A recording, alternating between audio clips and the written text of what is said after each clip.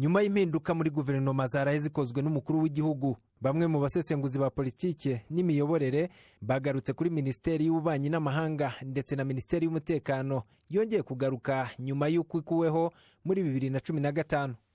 Umusesenguzi Dr. Bukanani Ismael yakomoje ku bunararibonye bw'abahawe kuyobora izi nzego. Mu bubanyi n'amahanga, Dr. Biruta n'umuntu wabaye mu bintu byinshi bitandukanye. Buriya kuba yarabaye no Minisiteri y'Ibidukikije na hehe hari amasezerano menshi yagiye asinya atandukanye. Kwibanda mu gihugu no kwibanda hanze byakagombye gutandukana, kuko ni ikintu kinini cyane. Umutekano ni ikintu kiri Kigali. Kuba rero yahawe umuntu w'inararibonye, umuntu warusanzwe ari CDS cyangwa se umugaba mukuru w'ingabo, akaba yahawe ira ministeri, urumva ko ni ya professionalism, ni ya experience yari afite.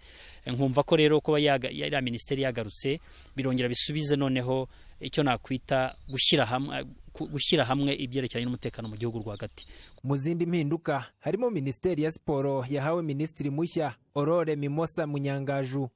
Ni nyuma yo gutandukanywa n'umuco wimuriwe muri Minisiteri y'Urubyiruko yakomeje kuyoborwa na Rosemary Mbabazi, ndetse hakiyongeraho umunyamabanga wa leta Edouard Bamporiki wari usanzwe ayobora itorero ry'igihugu. Kuri Jules Karangwa, umunyamategeko w'ishyirahamwe ry'umupira w'amaguru mu Rwanda Ferwafa, ndetse na Dr. Buchanan, ngo izi mpinduka zizafasha mu kunoza imikorere mu cyerekezo cy'iterambere ry'igihugu. Za gahunda nyinshi cyane n'ubundi ugiye ukareba muri Miniyuf, Minisiteri y'Urubyiruko nyinshi yajyaga ikora, nyinshi nabizo n'ubundi zibanda mu gukangurira urubyiruko gukura amaboko mu mifuka, gukoresha ikoranabuhanga, ariko byose bigomba kujyana n'umunyarwanda koko wuje indangagaciro z'umuco nyarwanda. Nekeza rero ko hari ibintu byinshi cyane bihura kandi bizarushaho kunoga izi ministeri ubwo zamaze gukomatanya. Ni ukuvuga ngo urubyiruko nirwo rufite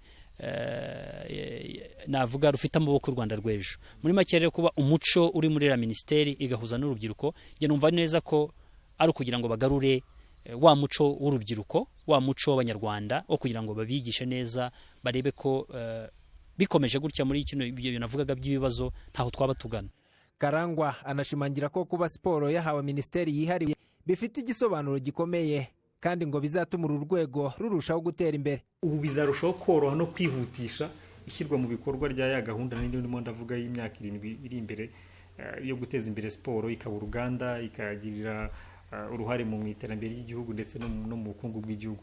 Rero simvuze ngo byapfaga kuko byari bikomatanyijwe n'umuco, mbere byari bikomatanyijwe n'urubyiruko, ahubwo ubungu hari ibyadindiraga cyane cyane muri urwo rwego rwa bije n'ibindi, ariko ubu kubira ukwayo ntekereza ko noneho bizarushaho gutuma iba concentré. Uretse abaministiri bashya, abanyamabanga ba leta n'abanyamabanga bahoraho bashya, kimwe n'abahinduriwe inshingano, Perezida wa Repubulika yanazamuye bamwe mu basirikare bakuru anabashyira mu nshingano nshya, harimo Jean Bosco Kazura wazamuwe ipeti avuye kuri Major General akaba generali, aho yahise agirwa umugaba mukuru w'ingabo CDS asimbuye General Patrick Nyamvumba.